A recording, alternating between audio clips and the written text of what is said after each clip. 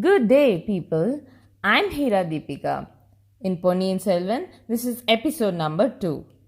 Vallavarayan Vandiyadevan rode down the embankment on his horse.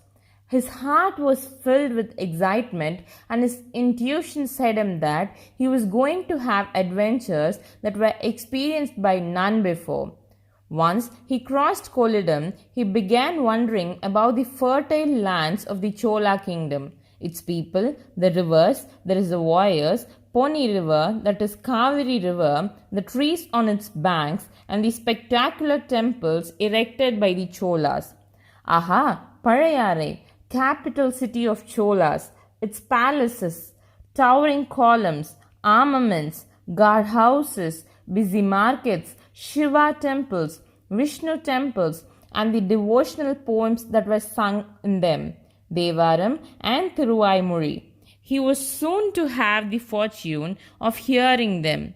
That was not just it. He was soon to attain favors beyond his wildest dreams.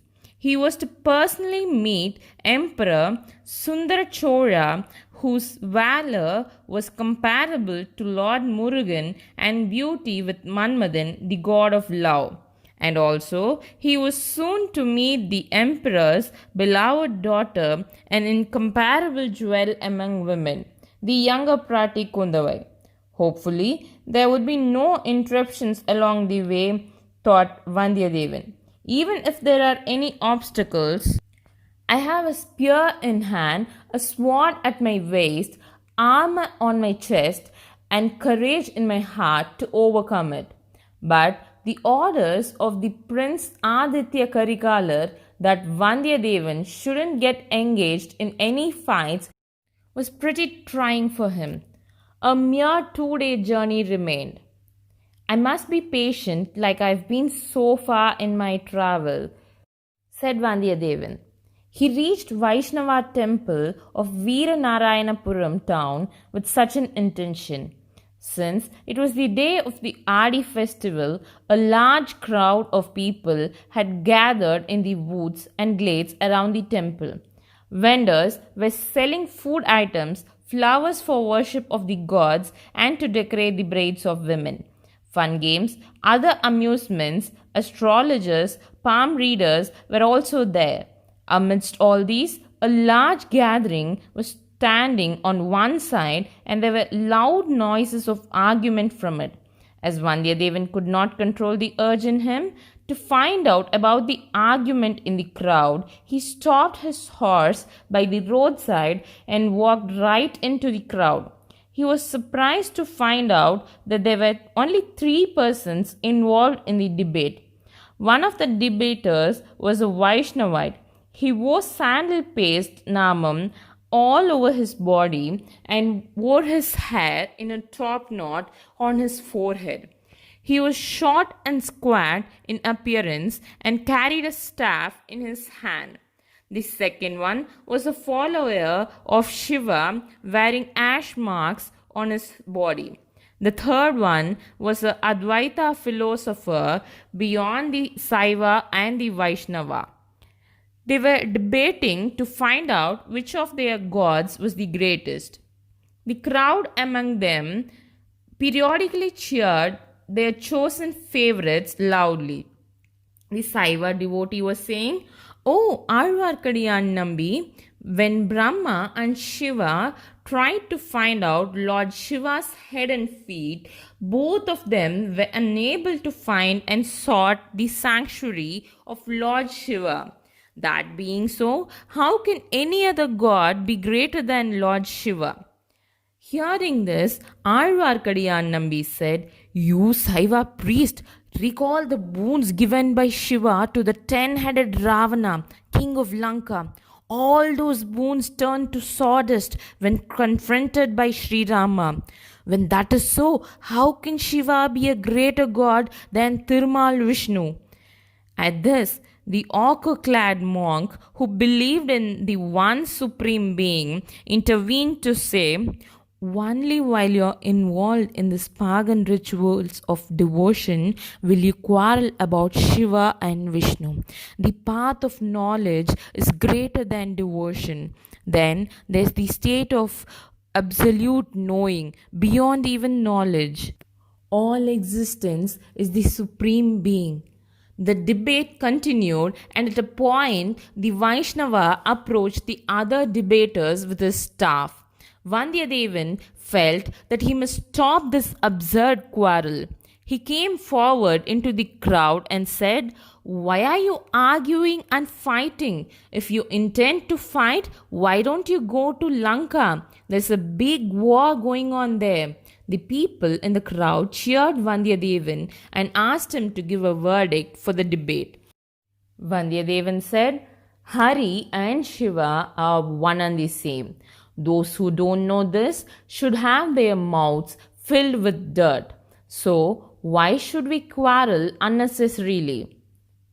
However, the debate continued. A great disturbance and commotion was about to erupt. Luckily, a stentorian announcement thwarting all this was heard nearby. "Best of warriors, bravest of the brave, he who destroyed the very roots of the Pandya army by attacking furiously, he of the victorious spear, he who engaged in 24 combats and wears 64 battle wounds on his sacred body, the Chola secretary for finance and food, the lord who can levy taxes, the elder Pazhuvettarayar is announced. Make way, make way." A thundering voice made the announcement. The heralds who made these announcements came first. Then came the drummers. Behind them, the men carrying the palm tree flag. Next marched several footmen bearing lances and spears. Behind all these men came a dark, well built man seated on a finely decorated elephant. He was Elder Pazhuvettarayar. Behind the elephant came a palanquin with silken drapes pulled close. Vallavarayan saw a fair hand full of bangles come out and slightly part the curtains. The dazzling face of a girl, like that of a moon, could be seen inside the palanquin. Though the girl's beauty was captivating, Vandiyadevan sensed a feeling of disgust and irrational fear on seeing her face. At the same time, the woman's eyes focused on something near Vandiyadevan. The next instant, she pulled shut the screens as if she was horrified. His intuition said that the lady had screamed upon sighting something nearby. Vallavarayan looked around him. Alvarkadiyan was leaning on a tree just behind him. He noticed that the Vaishnava's face was undescribably horrible and ugly. Vandiyadevan's heart was filled with irrational surprise and revolt. Vandiyadevan was standing by the roadside watching the procession of Pazhuvettarayar and his entourage. Some of the men walking towards the end of Pazhuvettarayar's retinue sighted Vandiyadevan's horse and mocked it. One of the men even tried to mount it. The intelligent horse, realizing that he was not its master, began running helter-skelter amidst the festive crowd. Vandiyadevan felt a piercing outrage, yet he remained patient. From the expression on Vallavarayan's face, Alvarkadiyan found out that it was Vandiyadevan's horse. "Thambi, did you see the work of those Pazhavur brutes? What happened to your boldness? Shouldn't you have shown your valor against them?" he pointed out. The Pazhavur men were a large group. There was no point in confronting the whole lot. Realizing this and the importance of his secret mission, Vandiyadevan remained silent. Vandiyadevan looked for his horse and led it back towards the road. Alvarkadiyan was still waiting at the roadside. Alvarkadiyan said, "Thambi, which way are you going?" Perhaps if you are planning to stay at the fort of Kadambur Sambhuvarayar, I too have an assignment to be done there. How did Alvar Kadiyan know that Vandiyadevan was on his way to Sambhuvarayar's fort? Let's catch up on that in the next episode. Thank you.